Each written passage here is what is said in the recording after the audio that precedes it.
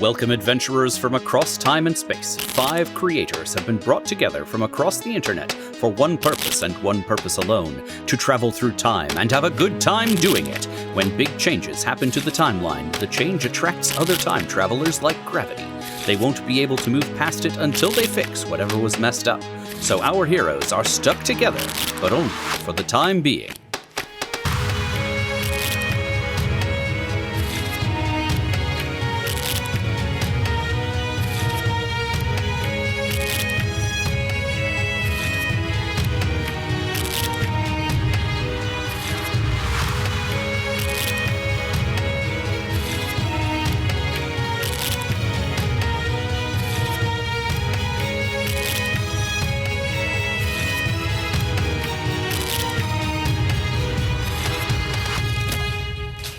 Today we shine a spotlight on Pharoah, Whisketerius, Meowrekon, Felinious, Purrceval the Grand, otherwise known as Whiskers, played by Omar Burgos. I really truly hope that you love this little story and insight into the background of one of our heroes. So, what I have, Omar, from your backstory is that you have a queen who ruled over the Nile along with you, as well as a brother, a twin brother, who was set up to supplant you by an evil kingmaker, which may have been for the best since you were kind of a bastard your own self. Does that all still jive with how you've been thinking about Whiskers? Oh yeah, 100%. Okay, fantastic. Then what I would like to do is an adventure where we get to meet your queen and your brother. Did we give them names? We didn't. I did. Good. Because I'm like, I don't see any names in my notes. Yes, so I did a little bit of research, and I found some names from the Low Dynasty, or early dynastic period, I guess I should say, that should work and hopefully not be any individual person that anyone will get mad about. Because, yeah, these are like side characters in the story of the pharaohs, as far as I can tell, are the original people, / they are names that came up frequently, so they're like common enough that I didn't feel like anyone would think I was like, oh, that person. We're not... Right. We're not. This is not a historical text. We are not trying to interface with a thing that actually happened. Whiskers is a cat. Yeah. So cats did not rule Egypt. Well, depends when you look at it, but cats were not, personified in real history. This is as far as we can tell. I mean, who's to say? Yeah. So I have Queen Neferu and the Prince Siamun available. Let me write down these names. Yes. All right. So we have. Are either of you drawn to either of those characters or anybody else who might have been in the picture at the time? You put me where you need me, man. Understood. Sarah, you'll be Queen Neferu. Neferu. Okay. All right, so here's how we're going to play these NPCs. Your card is the Queen of Diamonds.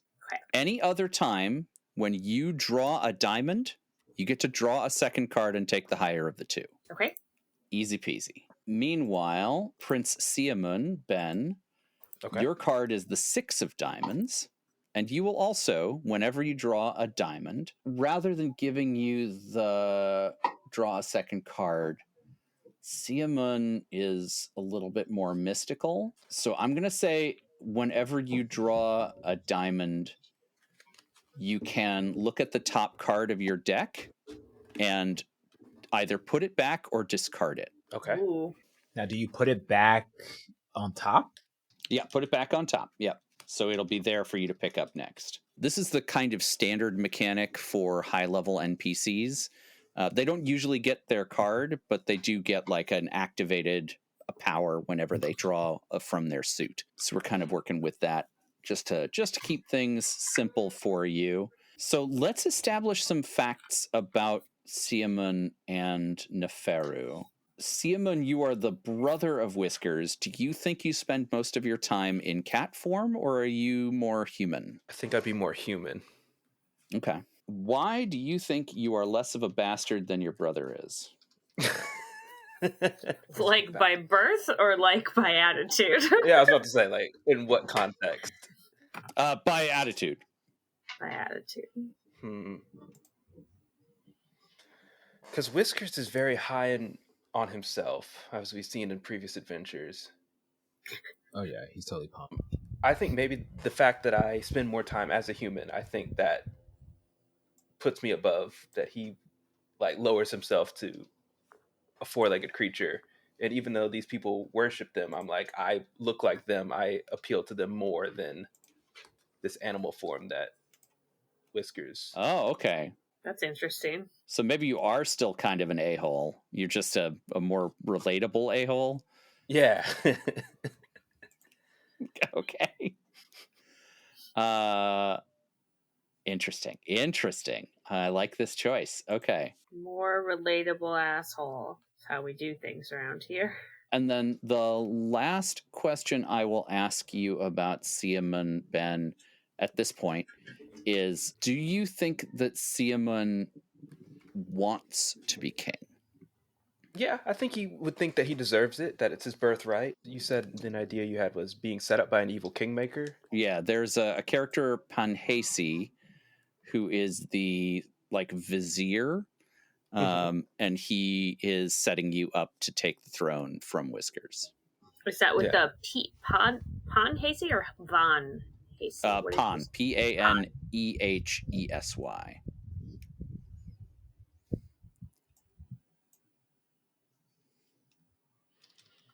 So yeah, maybe he is full of himself, but the vizier is in his ear, really like, hey, you should take it. And I'm like, yeah, why shouldn't I? What? Of course. You know what? He makes a lot of good points. This guy's making some good sense. This guy's making some good points. Why aren't I king? You're right. I enjoy that we're going to have a dynamic where we have the evil brother and then the slightly differently evil brother. Yep, that sounds accurate. Who's the lesser of two evil? That's what the story is. That's what we're going to find out. And actually, I don't know. I think I built that. I originally made it so I wanted like the brother to be, but I was like, no, that character's not evil, but not a good person either. So they're both equally as probably bad for Egypt. Yeah, that really. Just a big old pile of dicks over here. So, as the queen to Whiskers and a person about the palace, how about Neferu? Do you think you spend time primarily in cat form, or are you more humanoid as well? I think that she is a healthy mix of both, and I think that she takes her cues from like how she can get the most out of whoever she's talking to. Ooh. This is shaping up to be an evil game, and I'm here for it. Yeah. Hell yeah. Cats are evil. Yeah, because I think that she's smart enough to continue to be queen, right? Like, she would have to be smart enough to be able to, like, manipulate enough to not get assassinated and get what she wants from people. So I think she's probably pretty good at, like, this person's going to respond to a cat, and these beings would respond to a human. So yeah. She does that. I also think she's kind of an ass about it and like will change in the middle if she wants you to be unsettled. I love that. Yes. What did it cost you to become the queen? Ooh. I think I had to kill the previous ruler, who I think was a family member. Ooh. I wouldn't say she's good for Egypt either. Mm-hmm. Probably. This is why eventually humans take over, because the cats basically turn on themselves. Mm-hmm. That's got to be it. No other reason. Yeah. Okay. Do you ever wish you could go back? to our home planet? Is that what you're To not being the queen. like where we were from? Oh. Yeah, I bet it's exhausting. I bet she's on edge all the time and super tired. Like, I bet that it would be a lot nicer if she could not be queen. But it's got good perks, so it's sort of a half-hearted wish, I think. Very cool. So are the Egyptian gods, the pantheon, still in play here? I think we can absolutely work with them as given. I will be honest, my mastery of the Egyptian pantheon is pretty weak, so we can... No. We can make it up. No, I was just gonna pick one and be like a youth pastor guy energy about that one. I love it. That sounds great. Yeah. Sekhmet? Yeah, that's my boy. Yeah. You know what Sekhmet always says in times like this? I was just going to go with Ra, just because that was the first one on my mind. Keep it easy. Yep, there it is. Everybody and I've been playing knows Ra. Yu-Gi-Oh! So. Oh, thank Ra. It's so warm today. Yeah. This is how I interpret youth pastor energy. Just got to work it into conversation every chance you get. Oh, of course. You wearing cargo shorts? Yeah. Socks My with Egyptian sandals. skirt has little Uh-huh. pockets on the side. Uh-huh. We'll begin our adventure tonight in the Nile Delta. It's that overhead helicopter sweep shot that we get from the beginning of every single documentary about Egypt that's absolutely required, that we get to overlook the delta itself and the waters feeding into the Nile. And around the edges of the Nile, you can see the plantations that have come up, the various irrigation ditches and planting rows, the bustle of people as they go about their daily lives, raising crops, moving livestock about. It is the early dynasty, so we don't see quite as many of the enormous edifices and pyramids that will be erected in future generations. It is the beginnings of that time, and we have gestures towards those great works, but they aren't dominating the landscape yet. It's not the first thing that anyone sees when they look to the horizon. Instead, you see a lot of the low, flat, rectangular buildings with many stairs that lead up to the sort of main sections. This is a time of great inequality across the board, and nowhere is that more true than in a great house. And here is the greatest house in the dynasty, the home of Pharaoh, Whisketerius, Meowrekon, Felinious, Purrceval the Grand. In this great house, centuries of tradition have distilled down into the daily life of a family that, whatever else is going on, have the same ultimate problems as many of the families we know ourselves. Sure, there are more problems outside of this building that could be dealt with, but for today, the drama seems to be largely contained within these columns and between the hanging damask curtains at the front and back of the house. As the Nile wind blows through, we see the vision of Pharaoh Whisketerius, Meowrekon, Felinious, Purrceval the Grand on his throne. Omar, tell us what does Whiskers look like in his full grandeur? Oh, yes. So if you looked at my grandness, you would see that I have the most beautiful of a mane It's not an actual mane, but it's carved of gold, so a gold sharp triangular mane around my neck. My ears tucked in. You can see there were jewels embedded down each stripe as it touches to what looks to be golden armor shining like the sun, because I am the sun.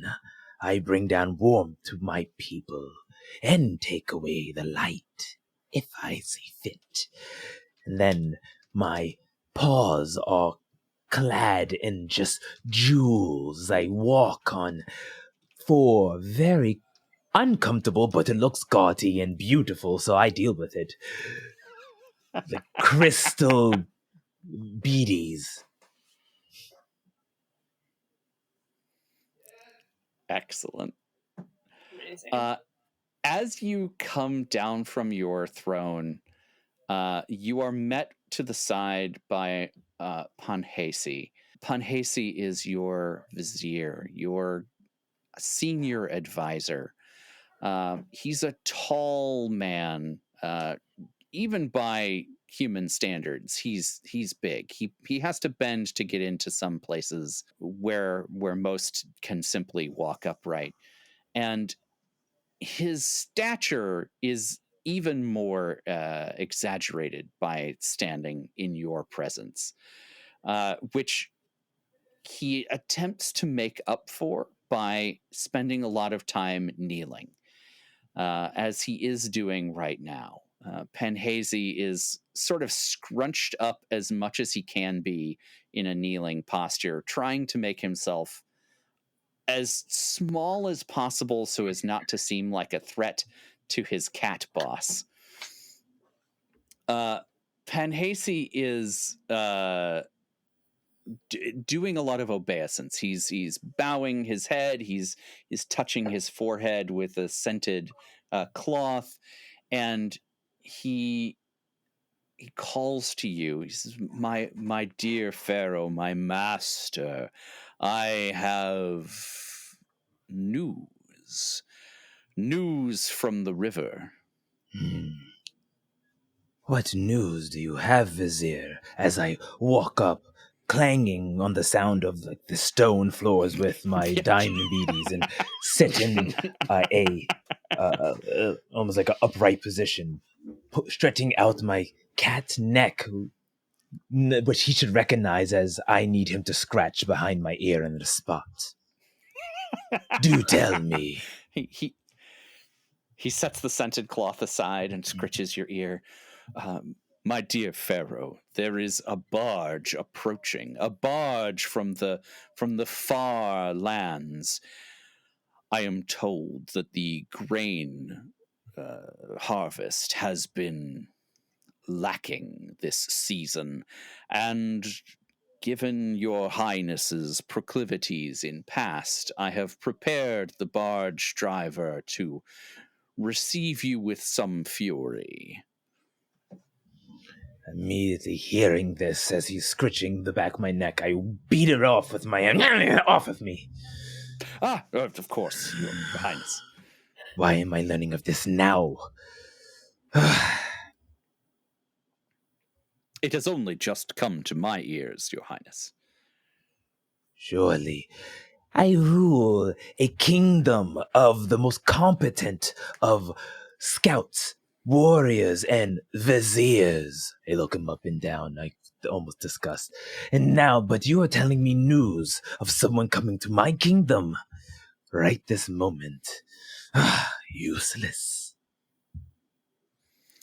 These are your people, my lord. These are our crops that have failed. Perhaps, though I hesitate to bring it up, perhaps the gods have not smiled on the southern fields this season. An offering, my lord, must be made. An offering? What kind of offering do you propose, Vizier? We do have a surplus of cattle from the eastern farmlands. Perhaps we send some 10 head to the southern temple and make a offering. 10 head? 10, but... You know. How better to buy your peer god's approval, Highness? Would I believe this is a good deal that he's proposing? Do I sense any type of misguidance coming from him? That is a great question. Let's go ahead and draw for it. Draw for Jafar. Yeah, draw for Jafar. I have a 9 of diamonds. Ooh, Jafar drew the 2 of diamonds. So Panhesy, I think, has a tell that you have learned to spot. Whenever he's kind of fishing for ideas, he does this thing where he like looks off to the side a lot. And I think you catch him absolutely just giving that tell as loud as possible. He has no idea what you should do about this situation. He probably saw some cows on his way in today, and that's all he's got going. You are useless. I don't even know why you are even here. You know what? I will handle this myself. My queen. Her and I will discover the right way out of this. Shall I fetch your brother? He is learned in such matters. No, I don't have any need for him. I can handle this myself. Let my queen and I can deal with this displeasure of the gods. Does my brother even know about this? I would never tell anyone before I told you. And you will keep it that way. Of course. I will fetch Her Highness. And he like scuttles off as fast as he can. Let's cut to I don't trust this dude at all.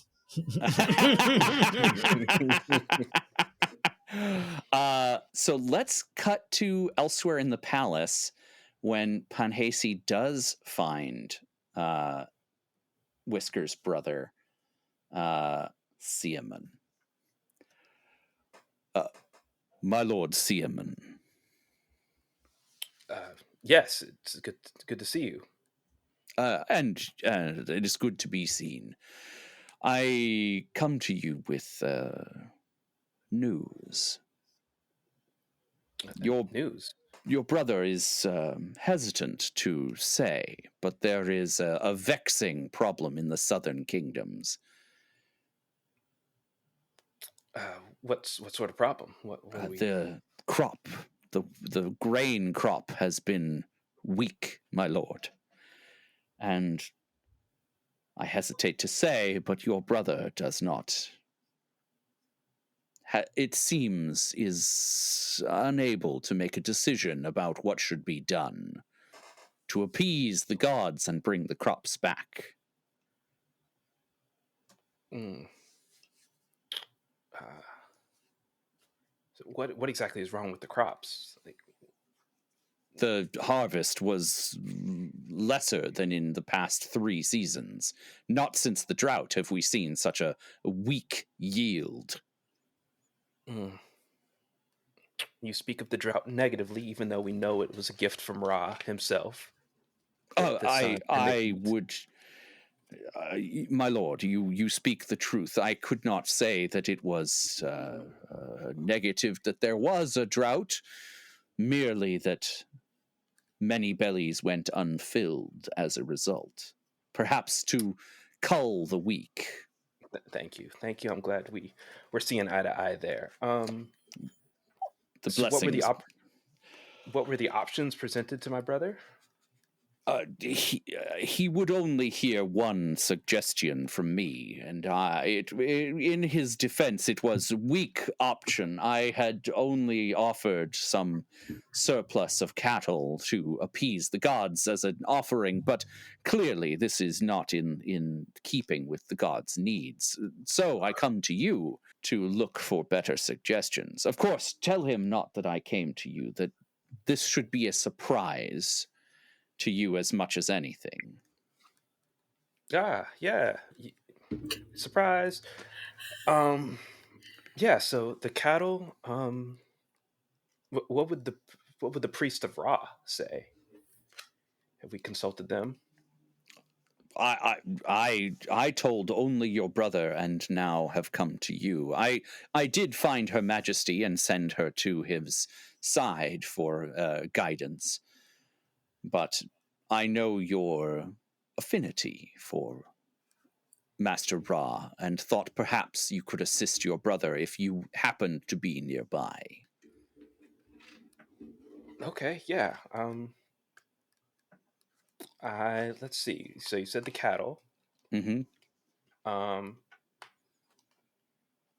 is there any trade that we could do with neighboring territories? Of course, of course. Other crops have yielded highly. We could easily send barges to Greece or Macedonia to obtain some of their surplus. We could trade in wines or oils. Okay, that's where I'm leaning. Let's bring the queen on this and convince my foolish brother of what we need for the people. Of course, of course.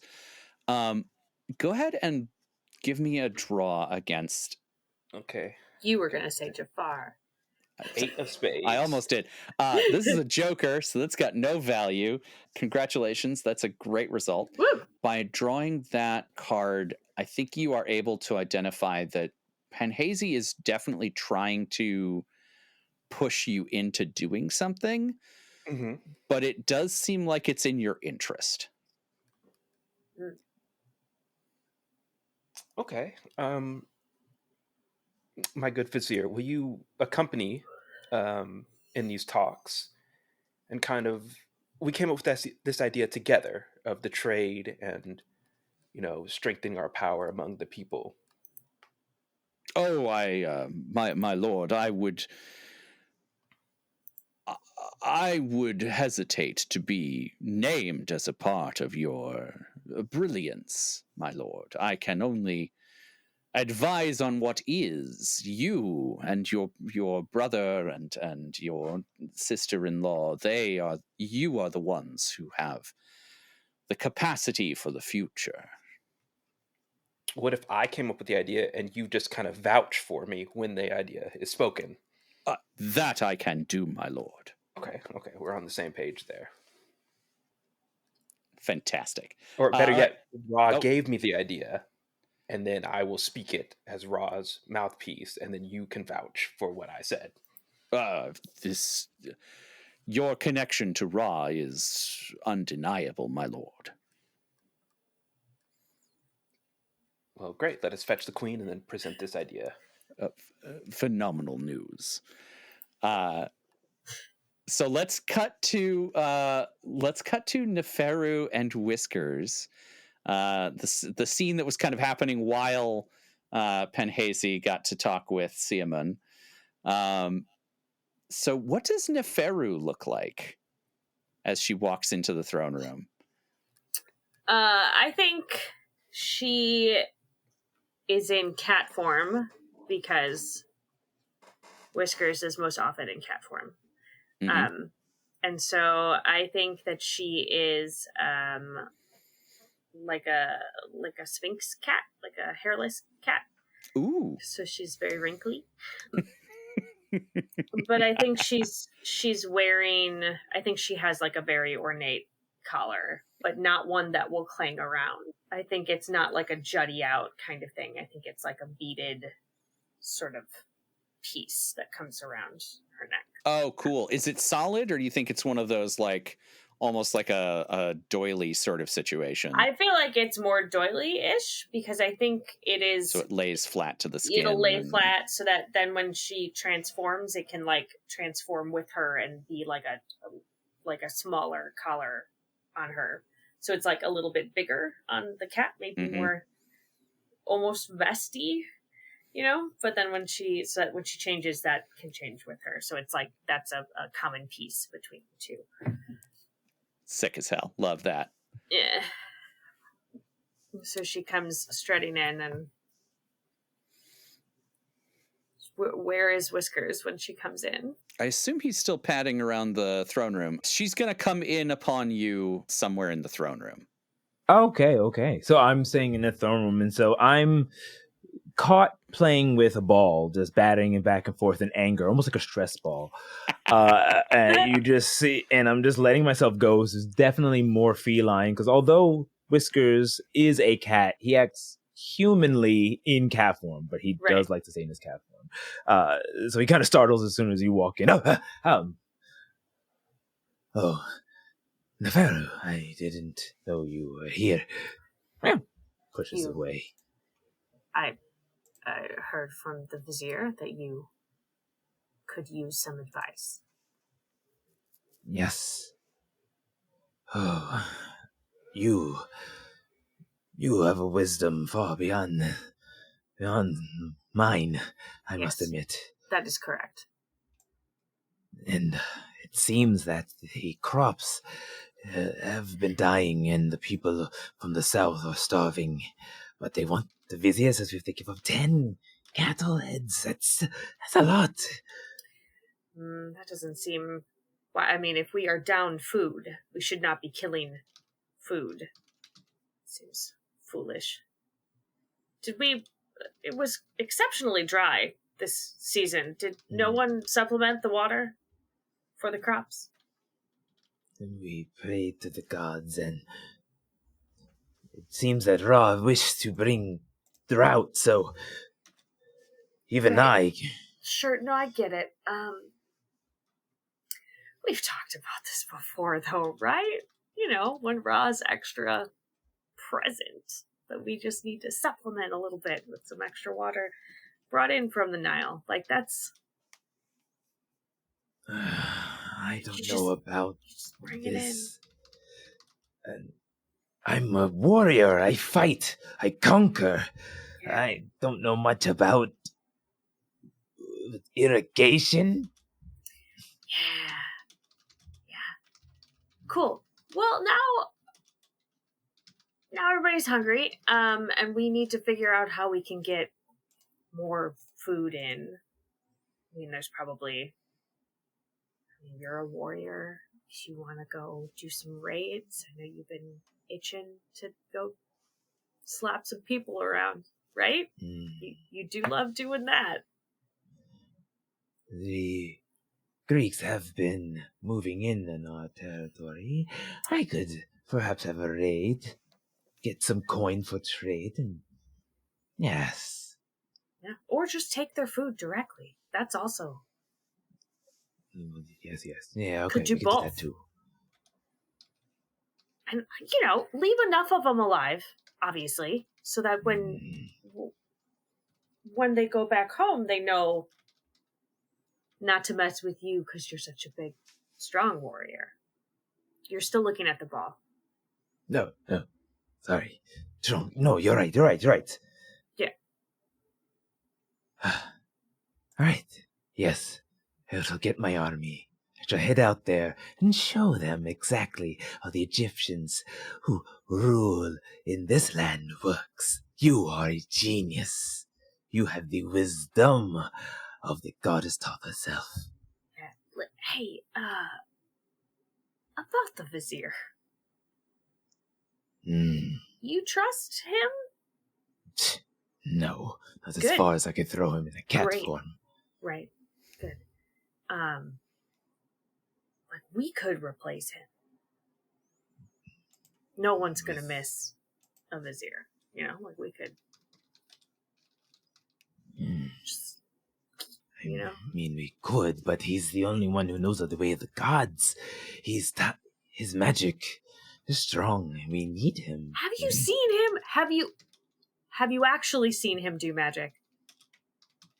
I mean, he did the whole thing with the light and how it just shifted and disappeared and then appeared again. I've never seen such hypnotic powers before. Oh. He was just... Okay. Hey, you know what? I'll take care of it. I'll figure it out. You you go show the Greeks who's boss, right? Right. Yeah. I think this is a great opportunity for Siamun to walk in. Oh, yeah. Yeah, so Siamun is just gonna like burst the doors open to the room.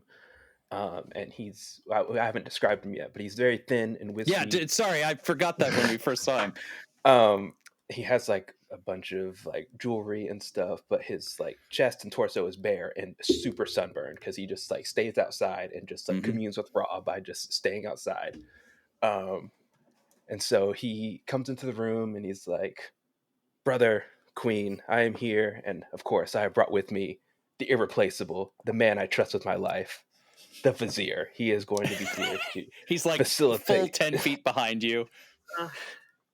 He is here to facilitate these talks. Ra has blessed me with an idea, brother. I know we need to talk about this grain issue that has just been brought to me that took me by surprise. I was surprised that this was happening in our really? lands. You know about it? I'm going to take this moment to shift into human form, which does mean that all I'm wearing is the collar.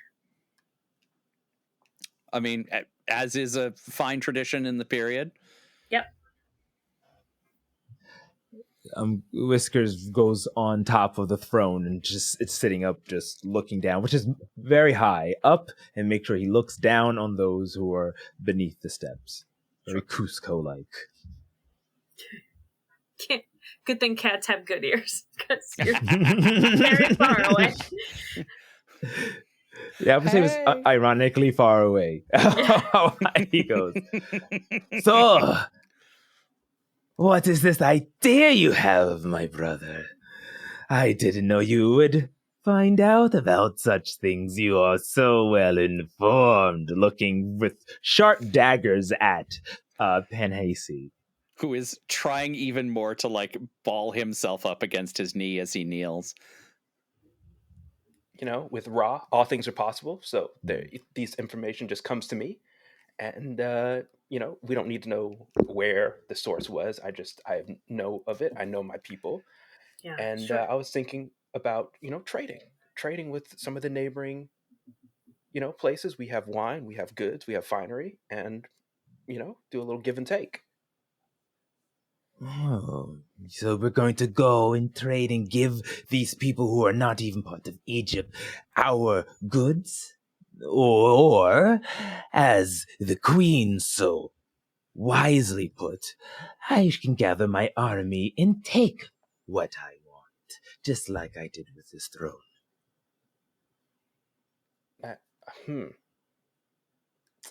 That is a point that you make there. So you would be going on a campaign. Mm-hmm. So who would be watching these beautiful lands while you're gone? I humbly would volunteer, to sit upon the throne while you are off conquering. I am still in the room. I am the queen. Oh, hey, hello, queen. Hi. Yeah. Yeah. You could also sit queen, on the throne. That is literally my job. I could do that while. Yes. And you would need trusted advisors. I would advise. The vizier would advise as well. We could. Oh, I do wish you would leave me out of this. Although I should say that the barge from the south is approaching within the next few minutes. My assembled lords. I will deal with this first and get rid. Let them know that I'm going on a campaign, and ruling will be Queen Neferu. Listen, Siamun, you love your Ra, you love the gods. Why don't you go and just pray, and maybe a portent will come to you or something. Just stay off my throne. No one has a better relationship with Ra than you do. Wouldn't you agree? I do agree. I do agree. Maybe Ra has some wisdom for us. Perhaps you should consult with him. Okay. It feels like you guys are just trying to get me out of the room here, but no, of course not. I do think that is a Would good you idea. rather I go speak with Ra? No, he does like me as his mouthpiece, so I will go speak to him. On Do the you roof. want to try and do like a ritual or something? Ooh. Yeah, let's. We are Let's well try it. outside the bounds of historicity here. We can, Oh, if you want to, if you want to Making improvise stuff if you want to improvise a ritual, this is the time. Yeah, because it's canon. Magic exists. It's real. Yeah. Okay, I'm going to open one of the windows, let the sun in, and then on my finger, I think I have a ring that kind of reflects the sun. So I'm gonna try to like hold it and try to like divine if it like alights on anything in the room or anything of note. Oh, interesting. Making a laser pointer. Yeah. Which, of course, all of you have to follow carefully. Yep. Yeah. This is very good. I like it. That's very cool. So let's go ahead and do a skill draw to see how that goes. Just a 1-to-1. Ooh, I've got an ace here. Oof, I got a 6 clubs or spades. Okay. So I don't think that means necessarily that the divination doesn't work. So much as the divination gives you something that isn't immediately relevant to what you're trying to ask about. I think the divination. So let's establish now that for something like this, you understand how your ritual works and nobody else does. Mm-hmm. So you get to see the result of this, which is the light cast by your ring sort of scatters about the room. And as you go through these ritual movements, you can see the light as it passes across the various paintings and icons that are all over this space.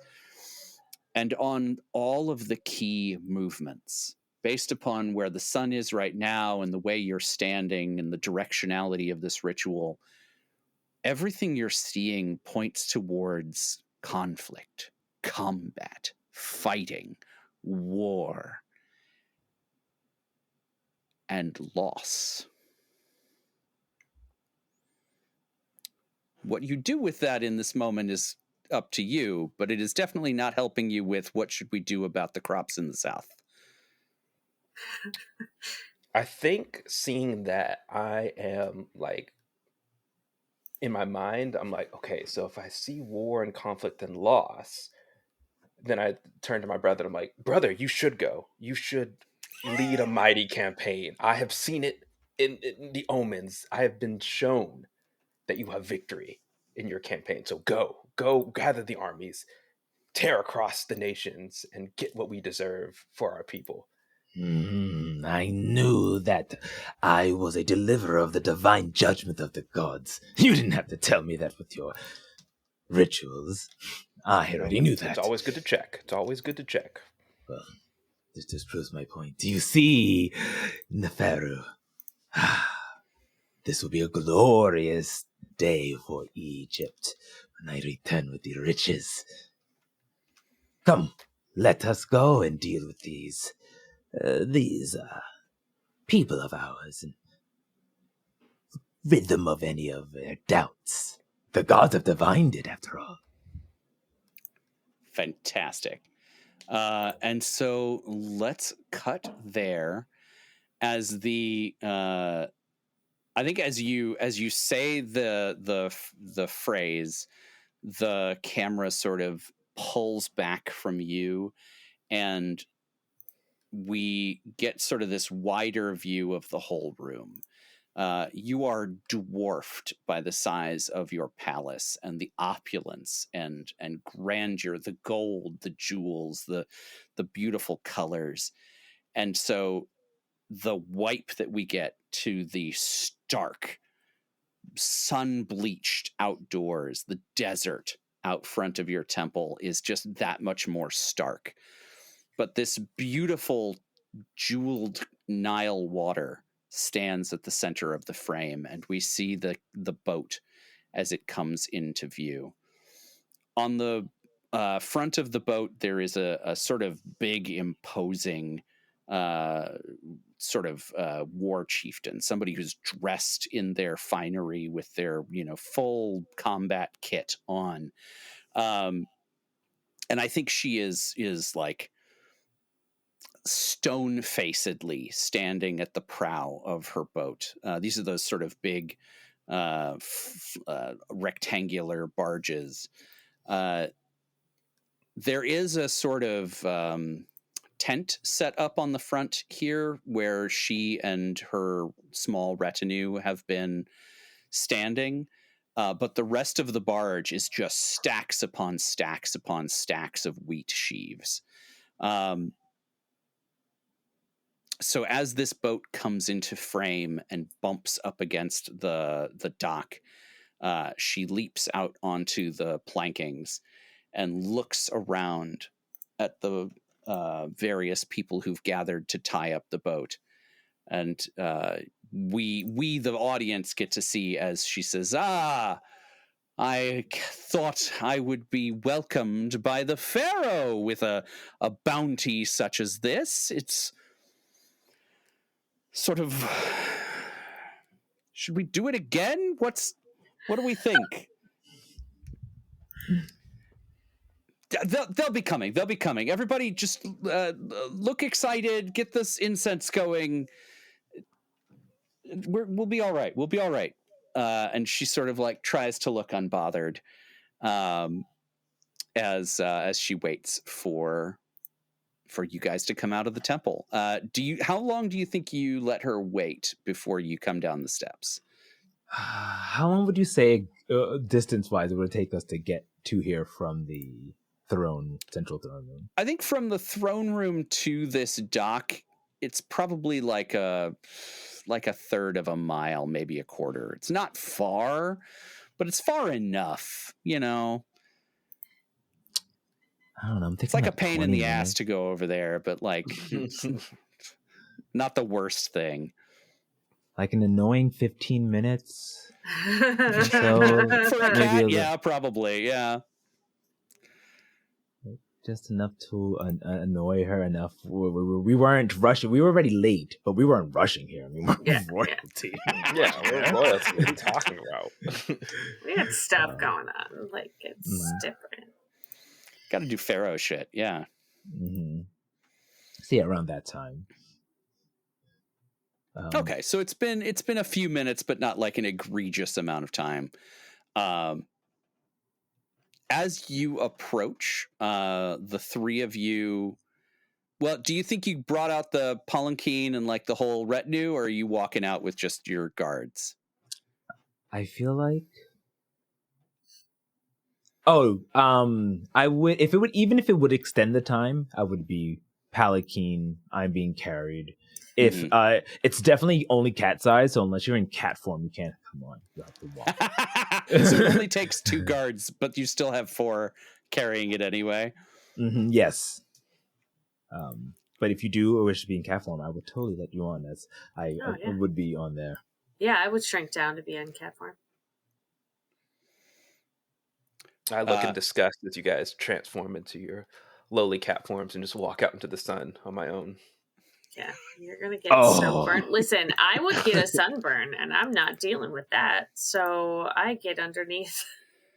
I don't want to be sunburned. Blessings upon me. All this skin going on. So much skin. We share dirty looks. You're like discuss cats, and I'm like, just feline. Just you're supposed to be a cat, and you're in human form. Just like kind of like disgust. I like that it goes both ways. Yeah. Yeah. Everybody's mad. We Hope got a top and a bottom, but Neferu's obviously a switch, so.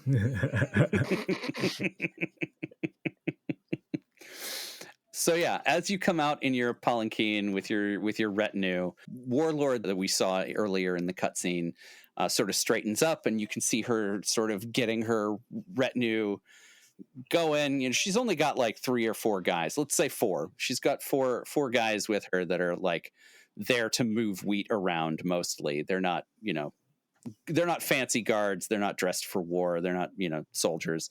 They're just like farm hands that have been given a cool job for the day. Yeah. So yeah, she gets them sort of ready to go and hyped and in place, and there's incense going. And as she turns around, it all sort of locks into place. She's standing there in her armor. The wind is coming just right to blow the little skirt of her tarsus just right.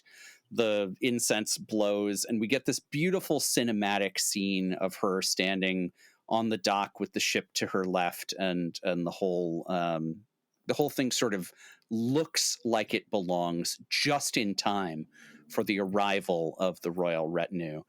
And she bows her head and says, "My Pharaoh, I am honored that you would come in person to receive us. This is the bounty of your southern fields, my lord."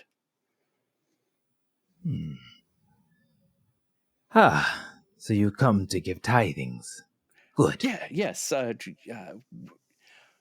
You may remember I had the honor of fighting under you in the fields just some 3 seasons ago under my father's command. He has since gone to the next world to join our ancestors, and now I, Nemereth, take the chair and lead the southern tribe in this growing season. It has been a blessing to me to be given such responsibility under your leadership, my lord.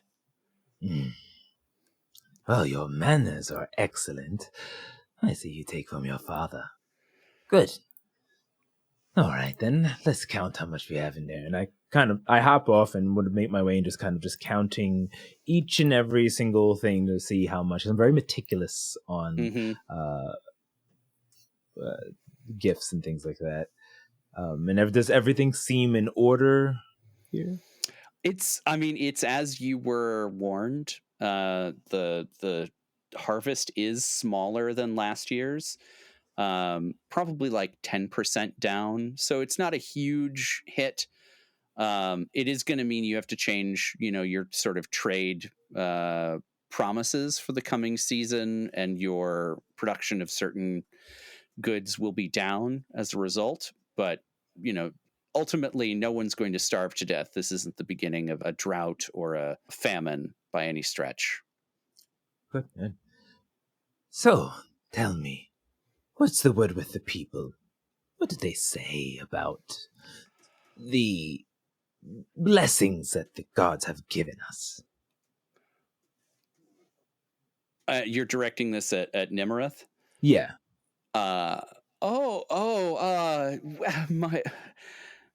My dear Pharaoh, my king,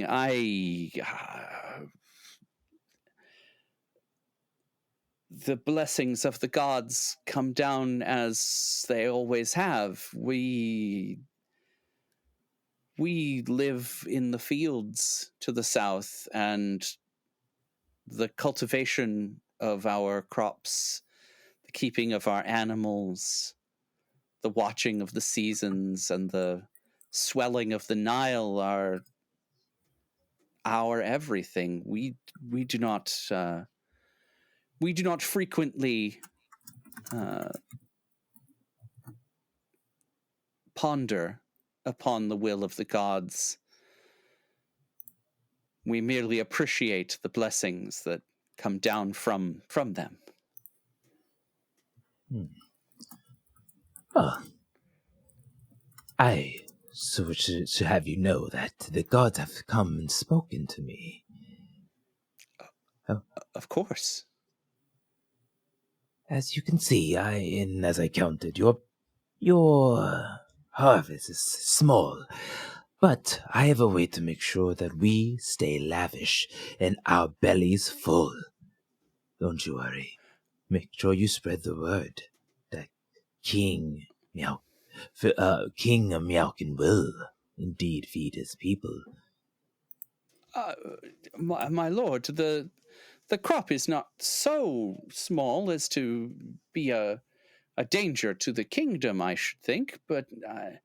No. Any bit less than perfection must be handled. There will be no doubt on my rule. We are going to draw for a conflict, Ooh. as she wants to stand up to you. Join us next time for the conclusion of this spotlight on Whiskers. Stella Cheeks is at Stella Cheeks on Instagram and Bluesky. Sarah Moore is at Pixies and Pins on all of the social media channels and at pixiesandpins.com. You can also check out her Sarah's Table live streams on Twitch at Pixies and Pins. Omar Burgos is at Tailweaver. Check out his work on the Tale of D20's TTRPG channel.